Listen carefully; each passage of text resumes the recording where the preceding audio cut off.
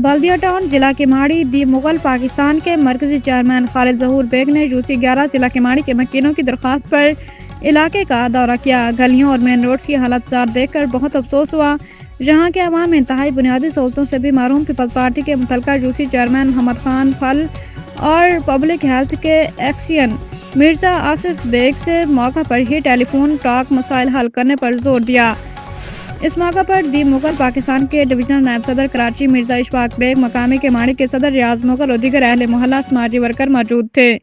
इससे कबल बल्दिया town sector 12C में दी मुगल पाकिस्तान की तरफ से मुनक्किद फ्री आई कैंप का इफ्तिताह किया, जहां 150 से ज़्यादा मरीजों का मुफ्त मुआयना और मुफ्त दवाएं दी गईं और ऑपरेशन के मरीजों को दूसरे दिन का टाइम दिया गया। बादशाह औरंगी 4 में दी मुगल पाकिस्तान जिला वेस्ट के नायब सदर अशरफ मुगल के वालिद के इंतकाल पर ताज़ियत की।